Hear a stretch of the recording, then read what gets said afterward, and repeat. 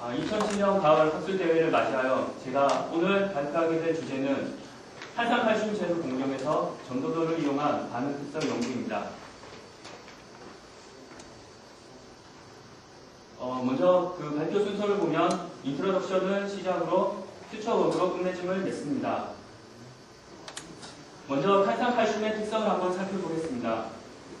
탄산칼슘은 자연에서 존재하는 풍부한 자원광물 중 하나이고 그 다음에 결정 구조에 따라서 이렇게 세 가지가 나뉘어질 수 있습니다. 왼쪽부터 첫 번째 사진을 보시면 칼사이트, 두 번째 아라고나이트, 세 번째 베러라이트입니다. 그리고 탄산칼슘은 형상, 입도, 제조 방법에 따라서 보통 탄산칼슘, 중재 탄산칼슘, 친강성 탄산칼슘으로 나뉘어질 수 있습니다. 그리고 친강성 탄산칼슘의 제조법에는 특히 탄산가스화법을 많이 사용하고 있으며 저의 실험에서도 탄산가스화법을 사용하였습니다. 그 이유는 공정이 단순하면서도 입자의 크기나 모양을 합성 조건에 따라 조절이 가능하기 때문입니다.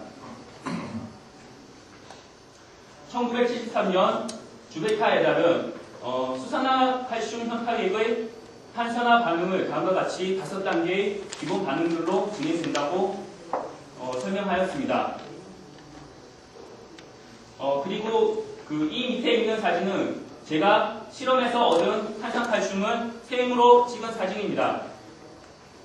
왼쪽에 있는 사진은 3000배로 찍은 사진이고 그 다음에 오른쪽에 있는 사진은 10,000배로 찍은 사진입니다. 그러면 오늘 제가 발표하게 될 그 실험의 목적을 한번 살펴보겠습니다.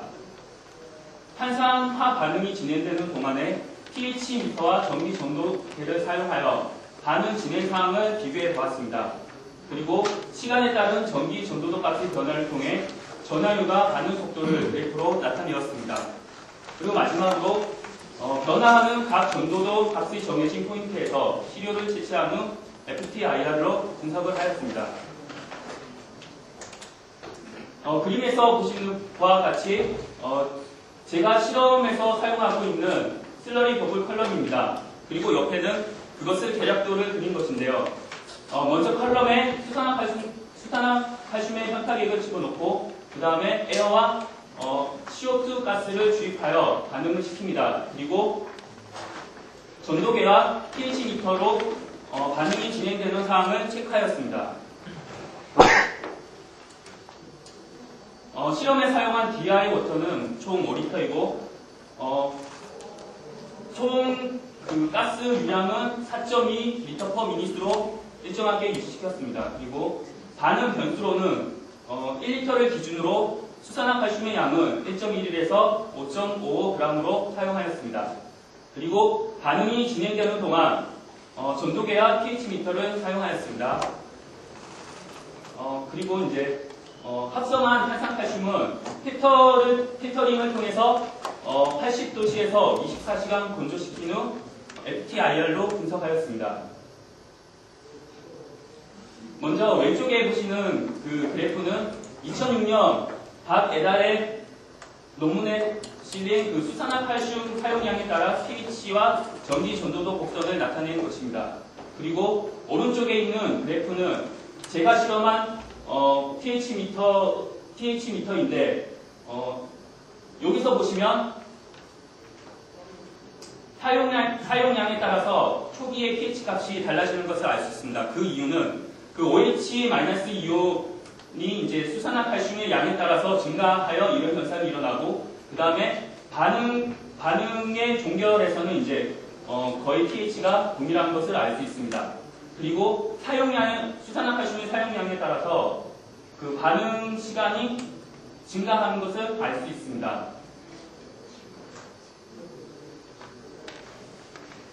이 그래프들은 수산화칼슘의 사용량에 따라서 pH 미터와 전기 전도도의 변화를 나타낸 것인데요.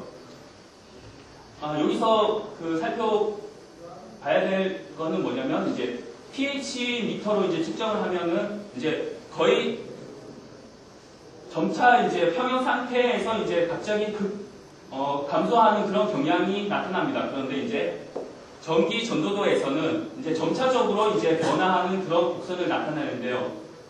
그래서 이제 pH 미터보다는 전기 전도도를 사용함으로써 이제 반응 진행 사항을 어느 정도 예측할 수 있다는 것입니다.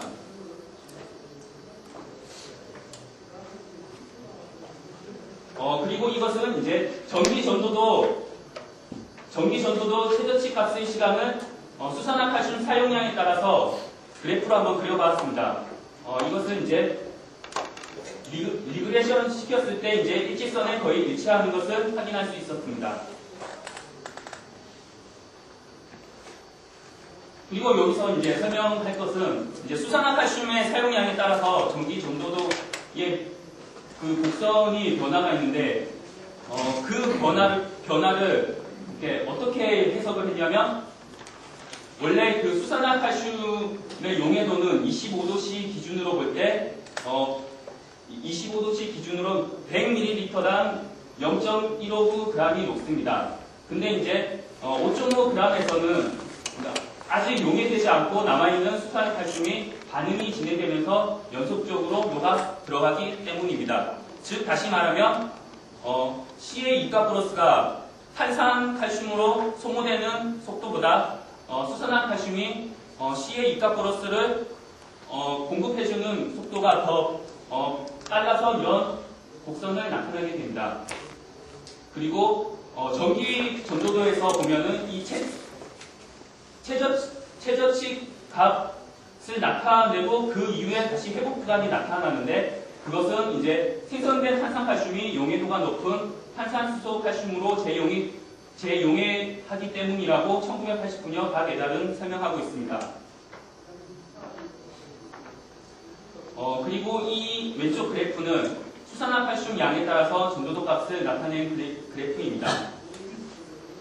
즉 수산화칼슘의 양이 증가함에 따라서 전도도 값도 증가하지만 용해도 수산화칼슘은 일정한 용해도를 가지고 있기 때문에 그 이상에서는 더 이상 이제 전도도가 이제 변하지 않고 아무리 많은 수산화칼슘을 집어넣는다고 해도 거의 이 포인트에서 전도도 값은 거의 일정하다는 것을 확인할 수 있었습니다. 그리고 왼쪽에 보시는 이 그래프는 30g의 수산화칼슘을 이제 시간에 따라서 이제 전도도 값을 측정해 보았는데요. 그러니까 이 그래프를 이제 보고 설명할 수 있는 거는 이제 용해도 근처에서는 수산화칼슘이 이제 녹는 그 속도가 그러니까 감소하는 것을 알 수 있습니다. 그래서 이거를 바탕으로 앞에 있는 그 전도도의 최저치 이전에 이제 그 전도도 값이 상승하는 원인이 그러니까 이제 C의 이가 플러스의 그런 밸런스 차이로 의해서 일어난다고 설명되어집니다. 그리고 여기서 이제 전도도 값으로 이제 반응 레이트하고 이제 컨버전을 그려 보았습니다. 여기 앞에서 보시면 이 수산화칼슘의 양에 따라서 전도도 값이 변하는 이 스탠다드 데이터를 바탕으로 이제 역으로 이제 전도도 값을 이제 바탕으로 다시 이제 수산화칼슘의 양을 환산해 보았습니다. 그래서 그 수산화칼슘의 양으로 여기 위에 있는 이 시필의 데이터여서 이제 컨버전을 구하고 그 다음에 이제 옆에서 보시면 이제 반응 레이트를 구했습니다. 반응 레이트도 보시면 초기에 이제 가장 이제 빨리 반응 속도가 가장 빠르지만 이제 그 이후부터는 거의 반응 속도가 일정하다는 것을 알 수 있습니다. 그리고 이제 전도도의 각 포인트에서 이제 그 샘플링을 해서 IR을 측정해 보았습니다. 그래서 여기서는 첫 번째 포인트 그리고 이제 두 번째 포인트를 지정하여서 이제 샘플링하고 이제 건조하여 FTIR을 분석해 보았습니다. 그 결과 1번 포인트에서는 아직까지 그 수산화칼슘의 피크가 남아있는 것을 확인할 수 있었고 그 다음에 2번 포인트에서는 수산화칼슘의 피크가 지금 나타나지 않는 것을 확인할 수 있었습니다. 이제 결론을 말씀드리면 탄산화 반응에서 전기 전도도 측정은 pH 측정보다 반응 진행 상태를 어느 정도 예측할 수 있다는 점에서 보다 유효한 수단이라고 판단되어집니다. 그리고 전기 전도도 값으로부터 전하율과 반응 속도의 그래프를 구할 수 있었습니다. 마지막으로 전기 전도도 값의 다른 포인트에서 샘플링한 시료를 FTIR로 분석한 결과 포인트 2에서는 수산화칼슘 피크가 나오지 않은 것을 확인할 수 있었습니다. 그리고 이제 마지막으로 제가 앞으로 더 실험하게 될 내용을 말씀드리겠습니다. 지금 여기 발표 내용에서는 1리터를 기준으로 수산화칼슘 1.1g만 g의 전하율과 반응 속도의 그래프를 구했습니다. 하지만 앞으로 제가 더 이제 수산화칼슘 농도별로 전하율과 반응 속도 그래프를 구해볼 생각이고요.